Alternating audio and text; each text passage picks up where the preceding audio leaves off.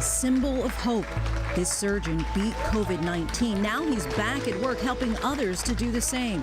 New York reporting its deadliest day for the third day in a row. Yet families are unable to pay their respects and mourn together. Details tonight about a new COVID-19 timeline, when and how this disease first arrived. Across the country, more Americans struggling to feed their families. At least 16 million now unemployed, nearly a third unable to pay rent this month. All this as Washington continues to squabble. A new Republican-backed stimulus measure failed, and they're furious. Democrats are pushing back. This was in fact designed to fail, designed as a political stunt. The impasse comes as Americans look for their own solutions to this crisis. Some making protective gear, others trying to mass produce ventilators. And we're keeping an eye on our everyday heroes, like these Florida deputies who saw a family in need and stepped in to help. Good evening, everyone. I'm Lindsay Davis. Thanks so much for streaming with us. It's been said that light shines brightest in the dark, and once again, we are finding that to be true in this time. Here at ABC News, we're singling out this day in particular to try to be a beacon of hope. There are so many Americans doing incredible things during these trying times, and throughout the show, we're going to try to shine a light on them. Those in the world of technology and science and philanthropy, some who have no title at all. And then, of course, there are those on the front lines in the medical field. Doctors in one New York hospital are using a rare treatment to save the lives of younger patients who are not responding to ventilators. And we love seeing scenes like this. Cheers as a group of nurses reported in for work in hard-hit Long Island. So many deserve applause as the harsh realities remain. The death toll continues to rise and millions are now out of work and many in need. So many turning to food banks now across the country. Victor Akendo leads us off with the more than 16 million Americans now out of work. Tonight, with millions of Americans still waiting for those stimulus checks and 10% of Americans out of a job in 3 weeks, long lines for food becoming a new normal. These cars lined up in Los Angeles. Certainly, it is a point that it is so needed that this many people did show up. In San Diego, help for military families. I'm pregnant right now with a very high-risk pregnancy, it really helps a lot. And in Plano, Texas, where Cheryl Jackson runs a food pantry. I am so thankful to every person that's got out of their house, came out of their house and donated one box of cereal for another family to be able to eat. I'm grateful. The Hernandez family in Miami, grateful too. How much does this help out? Let me tell you, and now it's getting worse because you go to the supermarkets and things are getting, you don't see nothing. The shelves are empty. They just picked up enough food to last their children a few days. Miami-Dade County Public Schools distributing more than 700,000 meals since schools were shuttered. There was never a lapse. Kids never were left without support, without nourishment. So many families need those stimulus checks. By one count, nearly a third of Americans couldn't afford to pay their rent this month. For small businesses, the Payment Protection Program still struggling to meet demands. Just waiting. It's a waiting game for us now. I'm trying to apply for this or apply for that, but nothing come through yet. The Federal Reserve announcing today they're pumping $2.3 trillion into the economy so banks can keep lending. We want to make sure that customers know the banks will get to all of them. For those whose jobs are considered essential, many are risking their lives for that paycheck. 59-year-old Vitalina Williams worked as a part-time cashier at this Salem, Massachusetts grocery store, also checking receipts at a nearby Walmart. She died on Saturday after a week in the hospital. My last memory of her, seeing her sitting there in her coat, and her blue little hat, and leaving her at the emergency room. She's believed to be the first grocery worker in the state to die with the virus. Our thanks to Victor for that report. And let's now bring in ABC News Chief Business and Economics Correspondent Rebecca Jarvis for more on this. So, Rebecca, once again, these numbers on weekly unemployment claims are just staggering, and we know it may just be the tip of the iceberg given the backlog on claims. So just put into context how significant these job losses are and what this signals for how long it may take for the American economy to recover. Well, Lindsay, these are gigantic and unprecedented numbers. 16 million, more than 16 million Americans have lost their job in just the last 3 weeks. And when you think about the fact that this lockdown will very likely continue and the types of job losses that we're starting to see, initially it was the hospitality industry, it was the airlines, it was the cruise lines. That made sense because travel and leisure were two areas that were really dramatically shut down because of the fact that the economy was in this point of coronavirus crisis. But now you're starting to see a ripple effect on other areas of the economy. Retailers, a number of the biggest names that were holding on to their employees for a time, are now starting to furlough and lay off their workers. To put all of this into context, when you hear things like, for example, we could see 15% or even 32% unemployment in this country, which is what the St. Louis Federal Reserve is predicting, after a week like this and a couple of weeks like this, those numbers, which sounded really, frankly, outlandish a few weeks ago, are starting to seem more realistic. At the same time, the feeling is that this level, this degree of severity is temporary. But the question is now, the longer that the economy is shut down, the longer these lockdowns last, the harder it will be to turn things back on. And as you think about what the future looks like, a lot of people who have just lost their jobs are not only worried about, Lindsay, that unemployment insurance, but they're thinking about, where's my next job going to come from and when? Right, and we know that small businesses are being hit extremely hard by this, and the federal loan program seems to have gotten off to a slow start. At what point is there a danger of businesses not being able to survive if they're not able to reopen soon, even if they do get some of these rescue funds?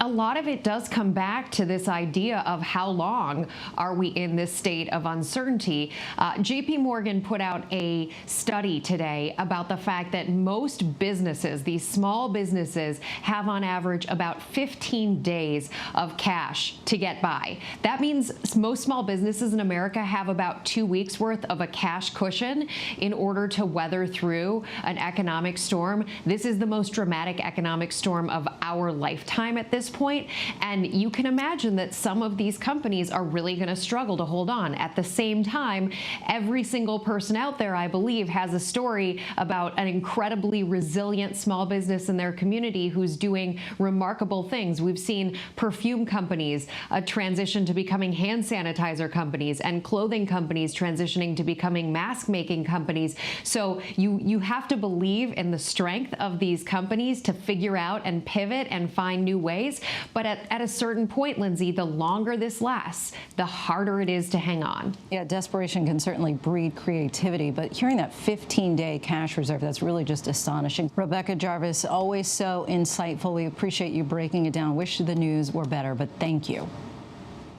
Moving now to the front lines, where tonight there is no letting up in this battle against the virus. A startling new revelation about just how quickly this has infected Americans. In just the state of New York, there are now more COVID-19 cases than any country in the world. Again, we're comparing the state of New York having more cases than any country in the world. This as we get grim new images, medical workers covered in protective gear to make sure that they are safe as they make sure those who have lost their fight are laid to rest respectfully. Whit Johnson has more. Tonight, the battle to save lives growing more desperate. Making considerably more progress. Inside this ICU at Maimonides Hospital in Brooklyn, doctors deploying a rare treatment on COVID patients in their 30s and 40s still failing on ventilators. In the current epidemic, it's used as a last resort when the ventilators are not enough. Heart surgeon Dr. Paul Saunders, a COVID survivor himself, using ECMO, temporarily drawing blood out of the body to help oxygenate red blood cells in patients whose lungs aren't functioning. With such limited resources, we have to be very careful as to who we're going to offer it to, and making sure that those patients are ones that really have a good chance of a good benefit. Emotions running high for nurse Mary Kate Finaro, working in the same ICU where her father, a doctor, was being treated for the virus. He's now back home, feeling better. Unfortunately, I was not ever able to go inside of his room because I didn't want to cross-contaminate between other COVID-19 patients and him, so I waved to him from outside of the glass. But in New York State, the death toll reaching new heights by the day. Coronavirus killing nearly 800 people in just 24 hours. We've lost over 7,000 lives to this crisis. That is so shocking and painful and breathtaking. I don't even have the words for it. Overwhelmed hospitals scrambling this week to move patients to facilities with more room, stacking some patients on bunks in large trucks to be transported. The virus surging in New York's suburbs. In Suffolk County, Long Island, COVID-19 claiming the lives of 2 nurses. Construction on a 1,000-bed field hospital now underway. Today, dozens of nurses from upstate arriving to help. New research now suggests the virus was circulating in the New York area by mid-February, weeks before the first confirmed case. New York was seeded before they really knew what was going on, and that's why they're in the difficult situation that they're in right now. Researchers suspect that travelers brought it mainly from Europe, not Asia. Back in early March, we heard from Americans who said they weren't screened on their way back from Italy, a growing hot zone at the time. As of right now, we have not experienced any sort of extra check based on anything regarding the coronavirus. Tonight, the government is taking its first step toward getting more Americans back to work. The CDC issuing new guidelines for essential workers who have been exposed to the virus but are asymptomatic, like temperature checks before shifts, wearing face masks, and practicing social distancing at work. The pandemic still sweeping across the country. In Illinois, the death toll topping 500. The virus exploding behind bars of the Cook County Jail in Chicago. At least 350 inmates and staff infected. Most of the inmates haven't been tested. And a devastating toll for nursing home residents. In New York State, more than 1,200 dead and thousands infected. At one home in Richmond, Virginia, 39 residents have died from the virus, now the deadliest known outbreak in the country. It appears that it's a death trap. It appears that way, in a sense that we can't see them, we can't go and take them out. Tonight, doctors are closely watching growing cases in D.C., Baltimore, and Philadelphia, where Mike and Kelly Dewan saw firsthand how quickly the virus spreads. Within days of a birthday dinner for his daughters, 10 members of the family were sick. The entire family, grandparents too. But Mike deteriorated quickly. Labor, breathing, like I can't get a deep breath. I can't breathe. After 17 days on a ventilator and that experimental Ebola drug, Mike woke up and is now recovering. I think about it every day. And a special day for Paul Saunders, that doctor in Brooklyn we just met today. His colleagues greeting him with cheers. His first full day back in the ICU after defeating coronavirus himself, now continuing the fight to save others. Thank you very much. Totally unexpected and undeserved. And Whit Johnson joins us now from Mount Sinai Morningside Hospital in New York. Whit, a battle for those doctors every day. But New York is seeing a positive trend a bit. The rate of hospitalizations, at least, is that still slowing? Lindsay, the number of hospitalizations is starting to flatten considerably, so they want to see that trend continue and then decline, a sign that New York State could be nearing its apex, but it comes with a painful toll. The death rate still remarkably high. Many of those patients who have been in the hospital for an extended period of time losing their battle with the virus. Lindsay? Whit Johnson for us again, reporting in from New York. Thanks, Whit. We turn now to the fight in Washington on how to best battle the virus and the economic crisis. Joining us now, Texas Senator Ted Cruz, who we spoke with a few weeks ago while he was in self-quarantine. Thanks so much for joining us again tonight, Senator. Lindsay, great to be with you. Thank you for having me. Today, your home state of Texas surpassed more than 10,000 cases of COVID-19. What's the biggest concern for you right now and for Texas? Any worry that people may let their guard down and push to reopen too soon in places that haven't yet had a surge of cases?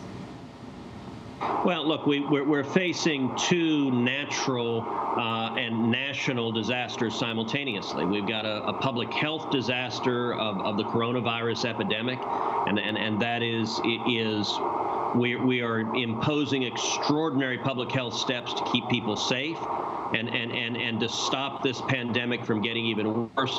At the same time, we've got an economic disaster. We have now over 17 million people who've lost their jobs just in the last 3 weeks, and it is the consequence of government policies protecting our safety that has devastated jobs and industries. We've got to solve both. We've got to listen to the science and the medical professionals, flatten the curve and stop this disease, but we also need to, as quickly as possible, get people back to work so they can provide for their families, and we can keep people away from the crushing poverty that results from stopping our economy.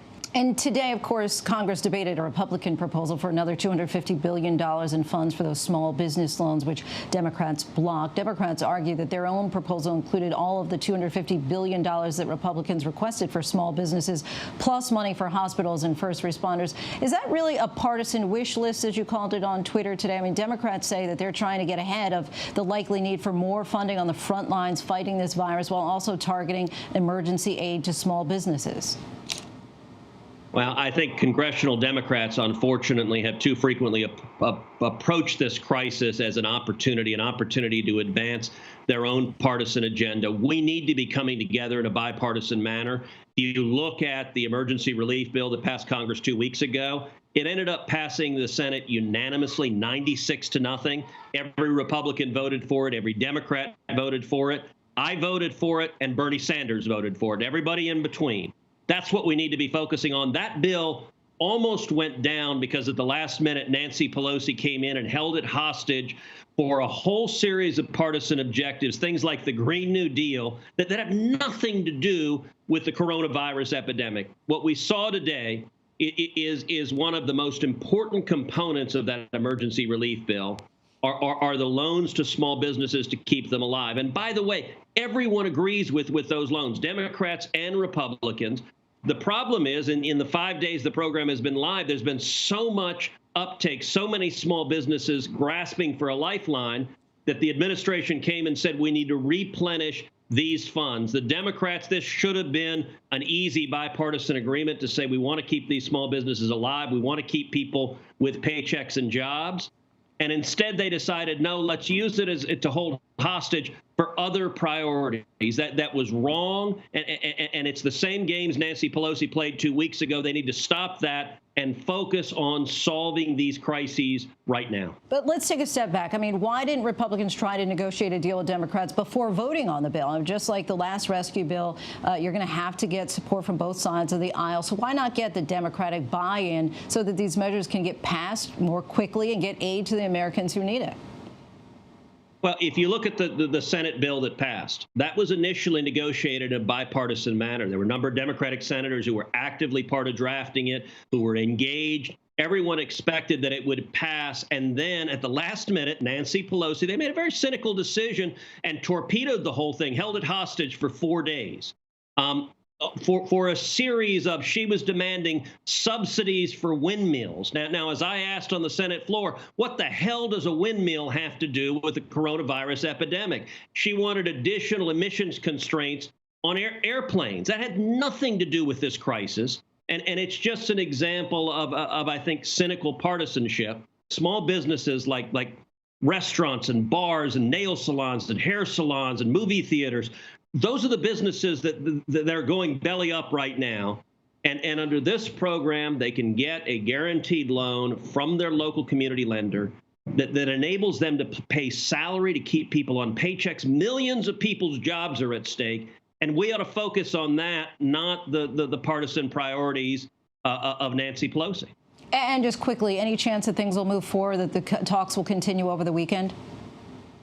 There's certainly a chance. What we saw when the Democrats played these games a couple of weeks ago, they couldn't hold the line, and eventually what passed was actually very similar to the bipartisan bill that had been negotiated in the Senate to begin with. We may see the Democrats blink and realize that holding small businesses hostage is not the right thing to do. I suspect a lot of Democrats are hearing from their small businesses, why are you cutting off the funds? These are emergency bridge loans to keep small businesses alive and to keep people in their jobs. And that needs to be our priority, is keeping people able to survive this crisis and move on, and then have the economy roar back with small businesses driving the growth. Senator Cruz, a pleasure to talk to you. Thanks for your time tonight. For those who pass away during this pandemic, there is this double whammy, so to speak. You have to deal with the loss of the loved one first and foremost, but then you have to grieve, often privately and without the close contact comfort of family and friends. Across the globe, so many sacred and precious moments of consoling, grieving, and paying tribute have been lost to social distancing. Our David Wright has this report.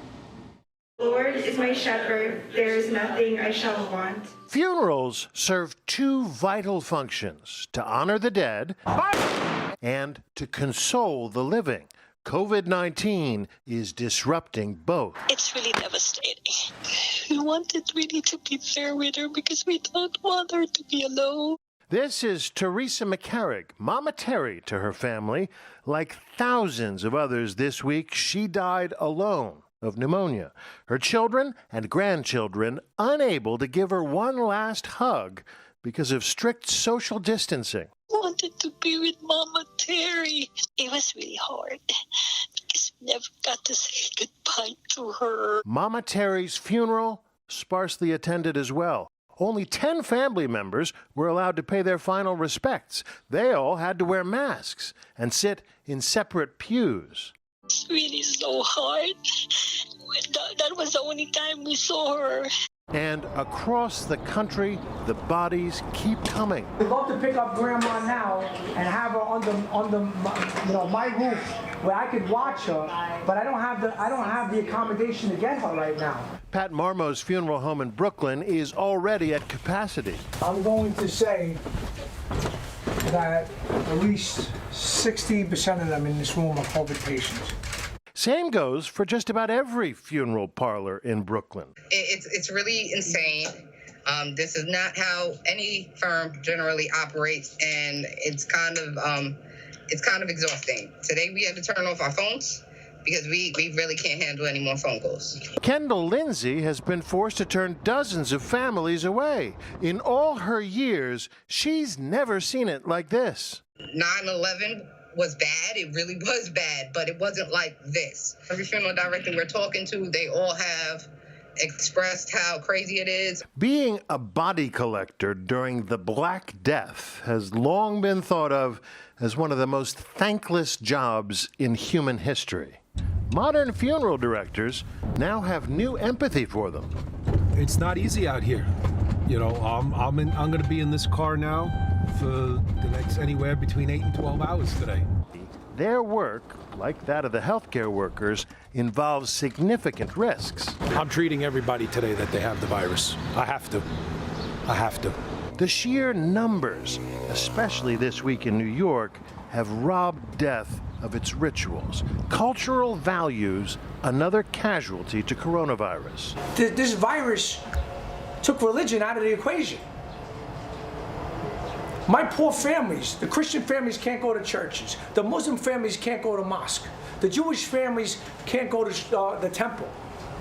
They can't have people gather. In Brooklyn, where COVID-19 has ravaged the Orthodox Jewish community, many Hasidic Jews defied stay-at-home orders to mourn a prominent rabbi, drawing this rebuke from the governor. I understand religious gatherings. I understand the Orthodox community, Jewish Orthodox community. I'm very close to them, and I have been for many, many years. But now is not the time for large religious gatherings. The family of a man known as the Dean of the Civil Rights Movement, Joseph Lowry, was also recently forced to host a much smaller funeral than they ever envisioned.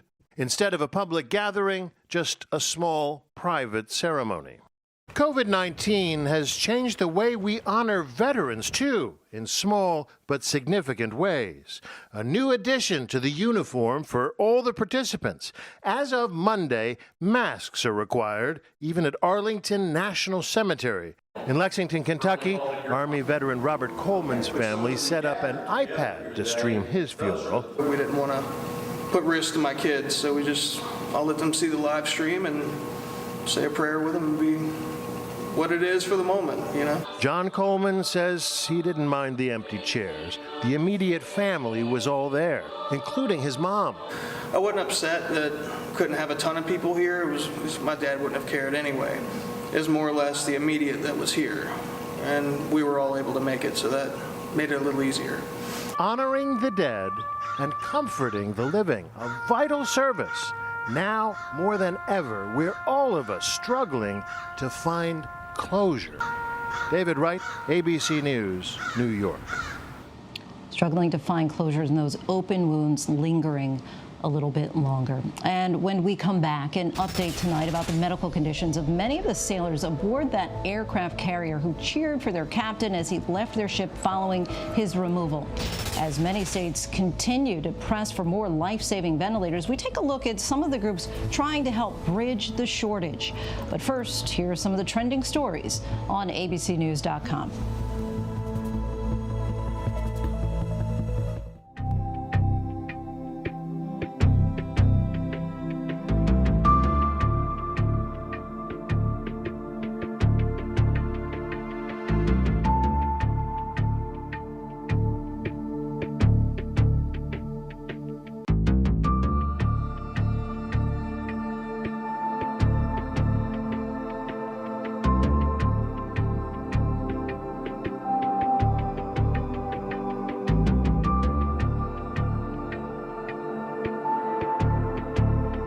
Paperwork on top of paperwork on top of paperwork. I talked to a lot of my minority business owner like myself. Not for me. I'm educated. I'm an architect. I have a bachelor degree and I'm an architect. So I understand a lot of, but still, for myself, it's tough. You go to the bank, they send you onto the website, and you go on the website, they send you back to the bank. So I don't know where I'm going. Right now I have no help. I spent all day online trying to apply for this or apply for that. But nothing come through yet. Nobody get no help. The rent is up, and the landlord can't get no help. The landlord is stuck too because they, nobody helps, so they put everything on us. Welcome back. As unemployment skyrockets, more American families are struggling to put food on the table. Many are turning to food banks for help. And earlier this week, more than 800 cars lined up for the Greater Pittsburgh Community Food Bank's emergency distribution drive-through. The CEO of that food bank joins us now. Lisa Scales, thanks so much for joining us tonight. Oh, thank you for having me on tonight. The images of that line of cars snaking through neighborhoods makes it clear that your service is in especially high demand. And your food order for March and April this year cost about 2 to 3 times more than it usually does for a 2-month period. How are you keeping up with demand? Well, we are doing everything we can. We're developing new and different methods of distribution, getting the food out into the community, ordering as much food as we can get our hands on. As people come through these drive-through distribution locations, you and other workers and volunteers get to hear some of those personal stories and words of thanks as well. What are some of the sentiments that you're hearing? Oh, there's so much gratitude by the people who are coming to us for food. I can tell you there's a lot of fear and concern that they won't have enough to eat. I'm hearing from a woman who's a florist. I've heard from a cook, bartenders, people in the service industry, restaurant industry, hotels. So many people who are out of work right now coming to us for help. For people out there who are still fortunate enough to be employed and have a little extra to go around, how can they help you? Well, the best way to help us is actually through financial donations. As you mentioned, we're expending a significant amount of money to purchase those essential core grocery items, and we really are looking for help with financial donations. All right, Lisa Scales of the Greater Pittsburgh Community Food Bank, our thanks to you and the team for all that you are doing for us right now. And we still have a lot to report here on ABC News Prime. Ingenuity in a time of crisis. It is as American as apple pie. We'll meet some of the growing army of designers, engineers, and students trying to make protective gear with 3D printers. And we're tracking a powerful line of storms sweeping east and bringing a blast of cold with it. But first, our tweet of the day. President Trump says he won't wear a mask, but the First Lady posted this. Although we must add, the CDC is urging Americans to not use masks that healthcare workers could use.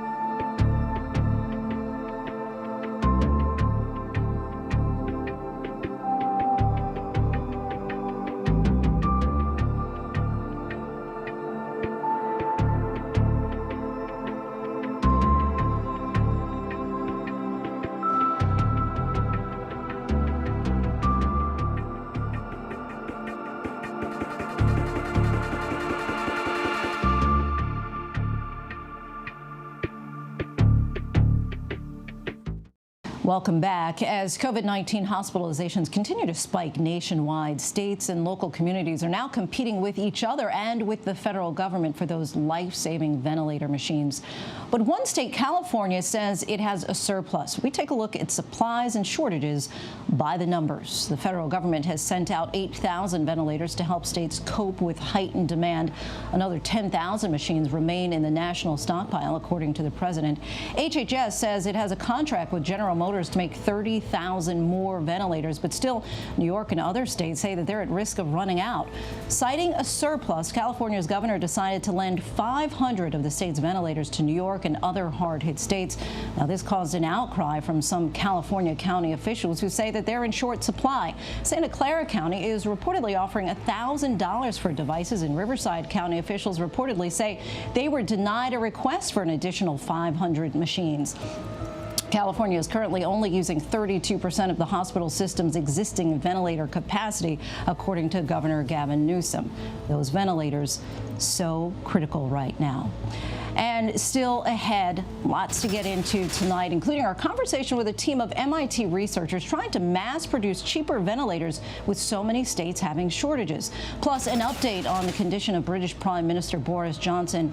And this year, the plague is real. How millions of Jews across the country are adapting their Passover rituals, but still finding a moment to celebrate faith and family. But first, our myth bust of the day: sauna heat and coronavirus.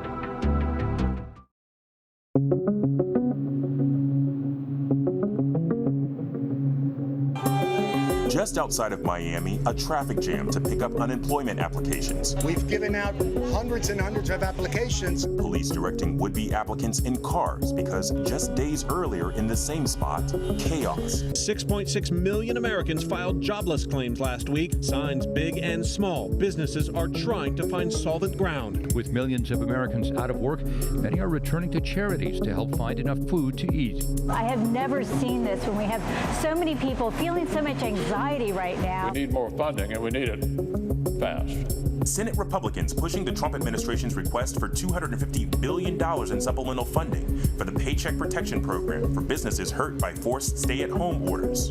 Democrats say the bill doesn't go far enough. This was in fact designed to fail, designed as a political stunt. New York and the nation may still have some tough days ahead. Deaths now top 15,000 nationwide, nearly half of the fatalities from New York State. Governor Andrew Cuomo says the state is beginning to flatten the curve, but it's early. If we stop acting the way we're acting, you will see those numbers go up. The last thing we can afford is to let down our guard and let this disease back in the door even more. New Jersey, Louisiana, Illinois, and Michigan are still seeing a rise in cases and deaths. The CDC now reporting coronavirus outbreaks in more than 400 long-term care centers in Georgia.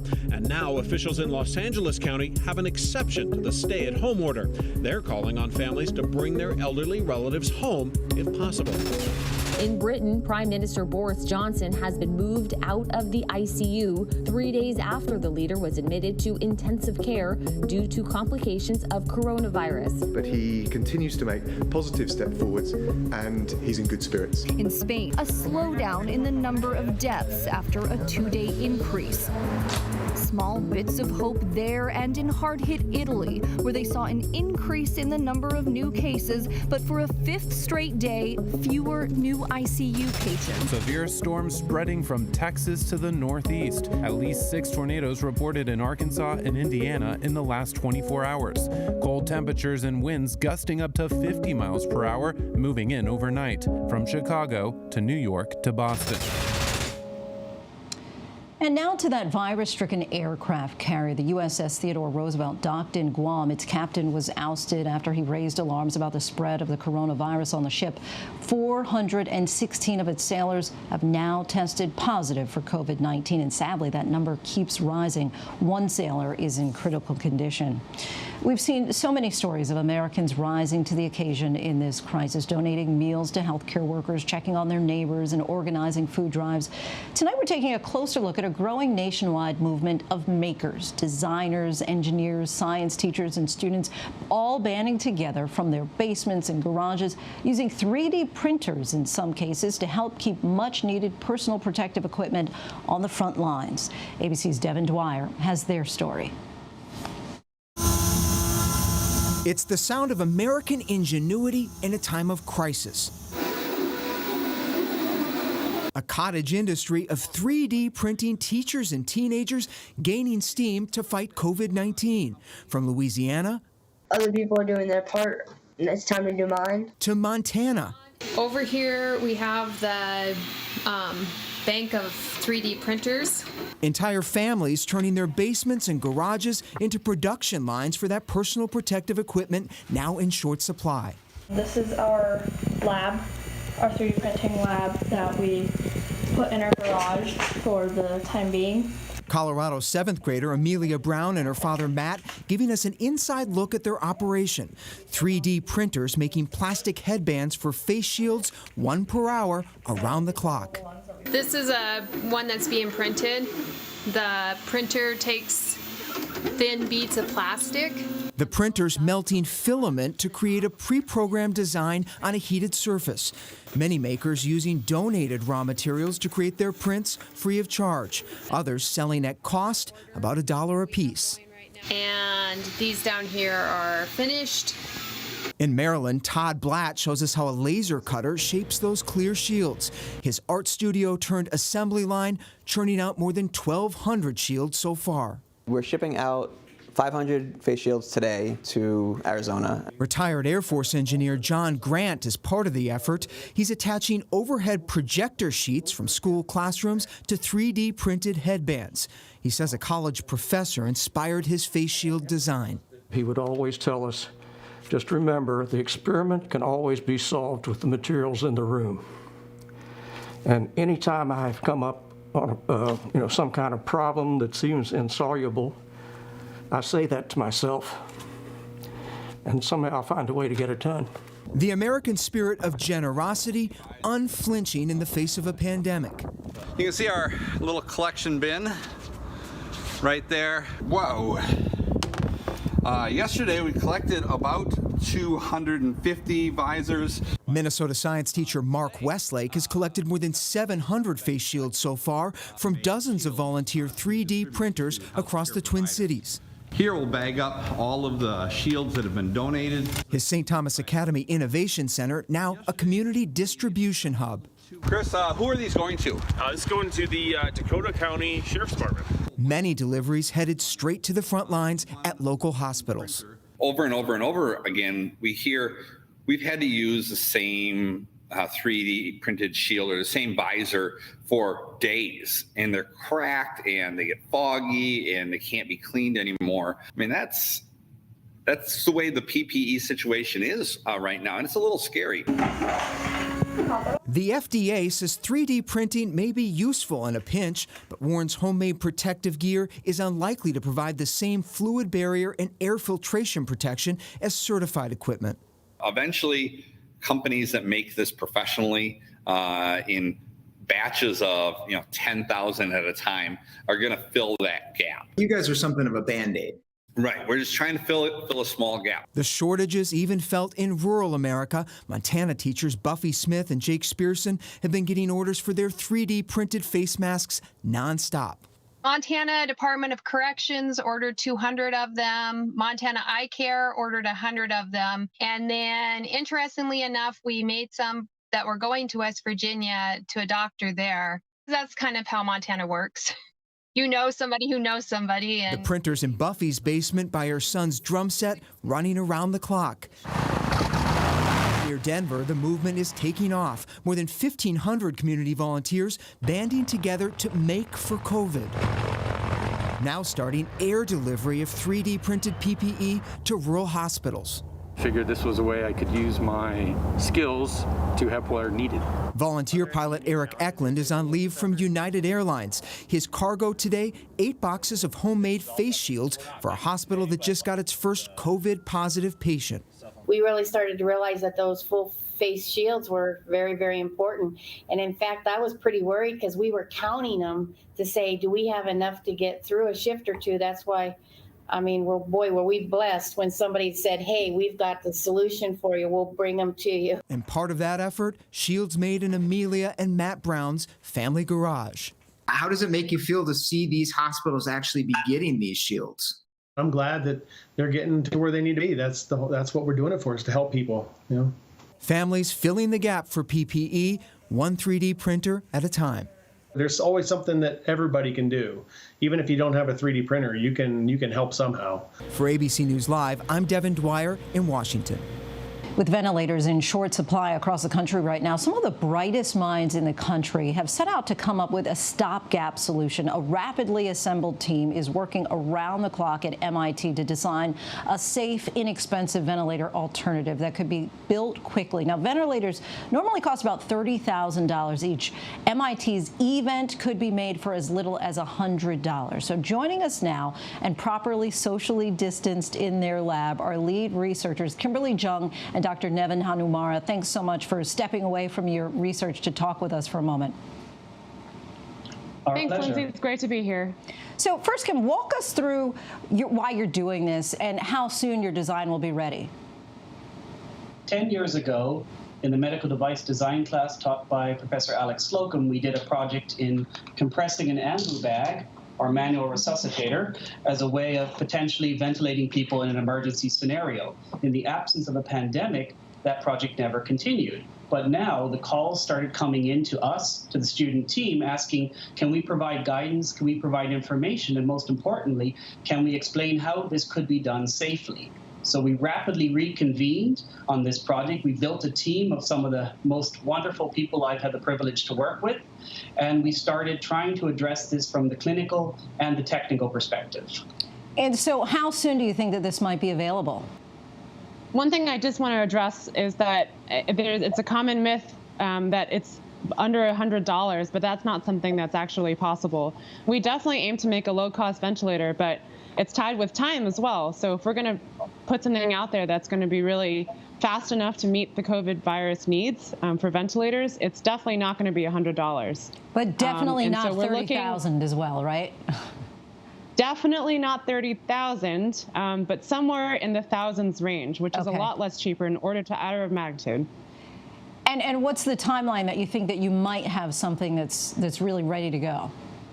So our goal is to provide the best research information as fast as we can and share that so that partners in the world can scale up and take this through. So it very much depends on the FDA and other regulatory authorities, as well as hospitals' IRB, or institutional review boards, and how quickly this could be seen in reality. We would conservatively predict within a week or so. And Nevin, what's the science behind this? I mean, these obviously would not be exact ventilators, but quickly being able to manufacture something that could help sick patients, would be a lifesaver. Absolutely. So this is not a ventilator. It's a bag that's used in an emergency scenario to resuscitate a person. But if we can help compress this bag in an automated manner, we could potentially replace someone who would otherwise have to be manually bagging that patient, as well as provide a higher level of control to that ventilation of the patient who's actually attached to this bag. But the key is to do this under clinical guidance. This is not a step away and forget, but this is really a force multiplier to help clinical staff ration their ventilation to those who need it the most. So it's very much what the community would call a bridge device. And Kim, although this is an open source design, this is not something that anyone can just try and make it home themselves. I feel like you need that kids disclaimer, like kids don't try this at home. But through what happens with your design once it's finalized, how does this whole thing work? Lindsay, I love what you said, and I guess I would say hobbyists maybe don't try this at home. The intended audience for open source design is for large-scale manufacturers who have had experience bringing medical devices to market, who have clinicians who work closely with them. So this is very much we're trying to put the best information out there that people can action on that's going to make thousands of ventilators that are needed, not just in the ones and tens. And Nevin, why is research like this just so critical? Well, what we're doing is uncharted territory as a nation and as a world. So our goal really is to answer the question around, can this be done safely? And conservatively, we have a sense that an automated crushing of this bag or squeezing could be done. And we are aiming to provide enough information that people can evaluate within their own clinical communities whether they would be comfortable doing it. And if yes, then their own technical teams can take this forward. So we really want to be based in research, although it's the fastest research we've ever done. Well, we appreciate your research and your minds and your speedy way that you guys are coming and approaching this. So thank you so much both for joining us. We appreciate your time. And Tesla is also pitching in tonight to make makeshift ventilators using car parts. This is the hospital-grade supply of air that is going into a mixing chamber, which is a car part that we use in our vehicles. This touchscreen is powered by the Model 3 infotainment computer in here, which controls Model 3 vehicle controllers.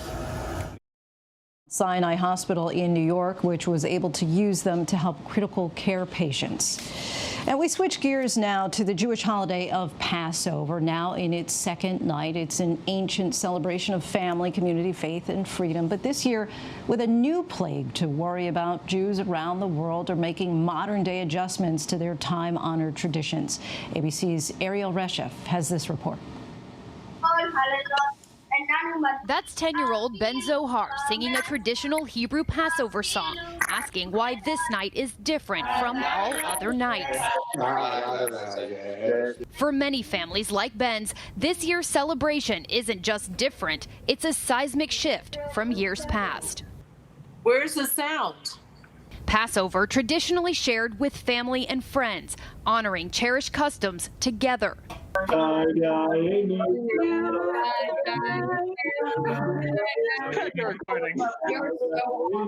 But with the world plagued by the COVID-19 pandemic, families are kept from celebrating at the same table. And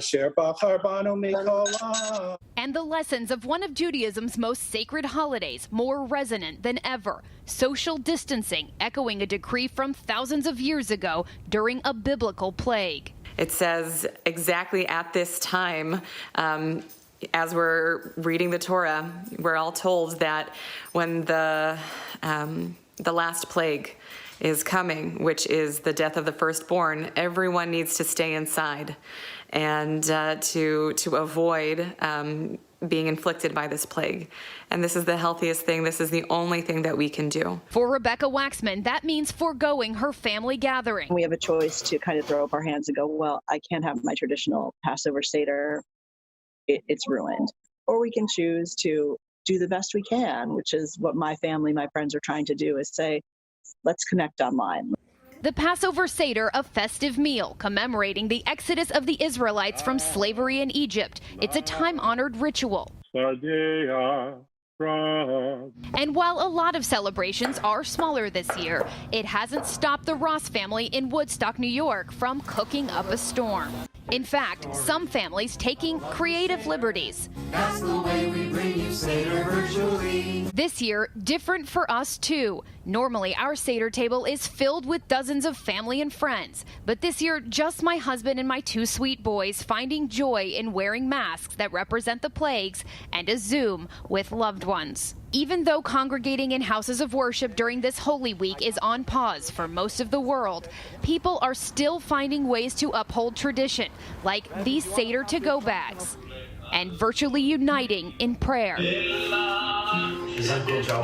For so many, an isolated Passover amid the current crisis, a reminder of the preciousness of freedom and the faith that continues to bring families together. Unfortunately, we all can't be together, holding each other around, giving hugs and kisses, but we're doing it virtually because this is what our family does. We do love, even though we can't touch each other. Ariel Reshef, ABC News, New York.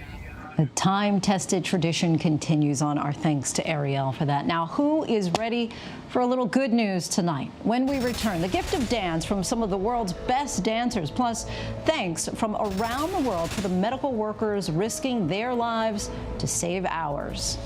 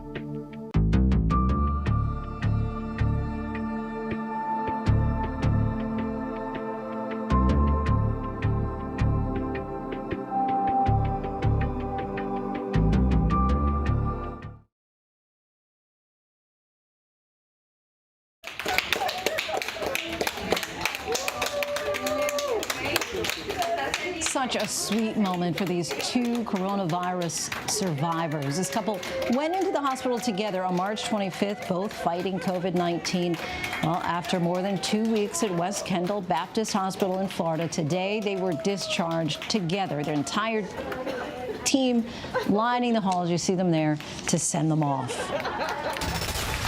And this is Julia from Utica, New York, celebrating Listen to this, her 101st birthday, with family and friends practicing social distancing, of course, coming by her window to wish her well on her special day. From all of us here at ABC News, a big happy birthday to you, Julia. And into those moments of hope and humanity, those are the times that are getting us through all of this these days, and we can't get enough of them. Our James Longman has our Good News Roundup.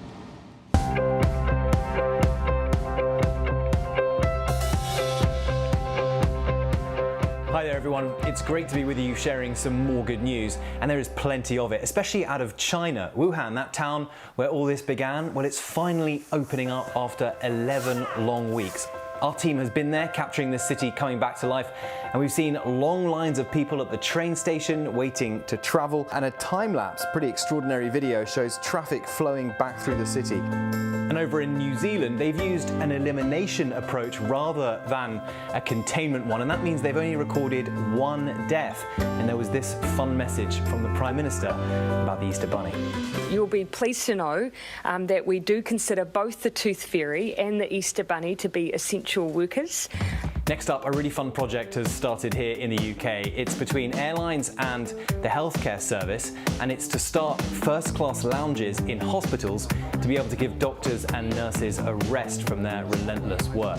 It's called Project Wingman, and a number of airlines are taking part. It was launched by British Airways and EasyJet, and since many air staff, of course, are grounded, they've volunteered in full uniform to offer a bit of luxury service to people on the front line, and it is making a real difference. I spoke to some of the crew involved, as well as the medics, to see how this is being received.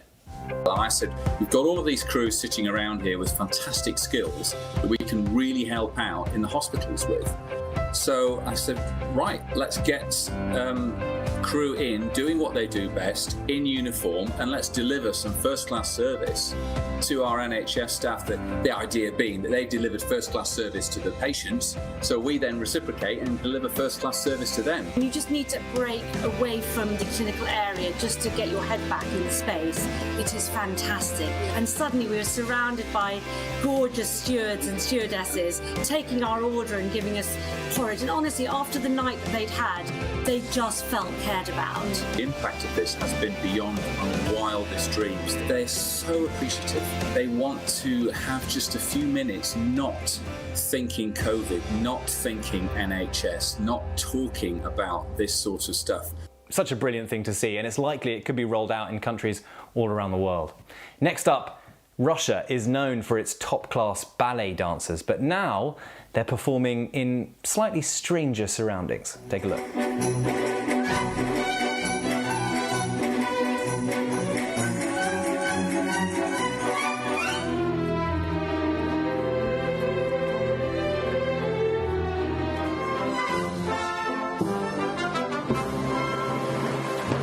It really is enchanting, and Heartbeat Opera has opened up in New York, spreading joy with this rendition of Make Our Garden Grow.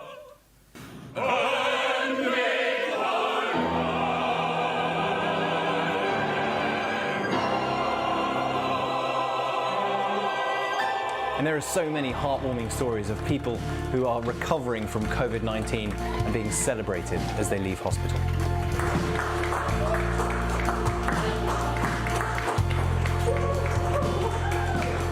This hospital in Nevada has sent its first COVID-19 patient home. So you're forever part of our team. Thank you so much. And meet Dr. Paul Saunders. He's a heart surgeon in hard-hit New York. And last month, he tested positive for COVID-19. And now, today, take a look. He's back making his rounds, checking the sickest patients at Maimonides Medical Center. Our thanks to Dr. Saunders and all medical professionals putting their lives on the line around the world every single day. And the tributes to them have been pouring in one by one.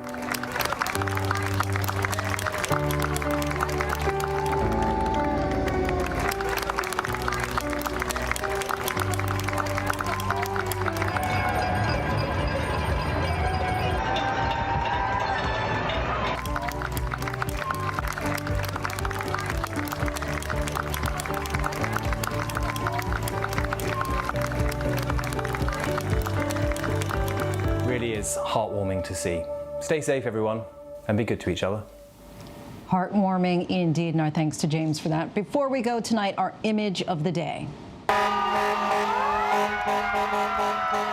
A little more of those cheers, because at Mount Sinai Morningside Hospital in New York, they didn't lose a single patient today. Something to be applauded for sure. New York City firefighters delivering Easter baskets and cheering the healthcare workers along. Thanks so much for streaming with us. Good night.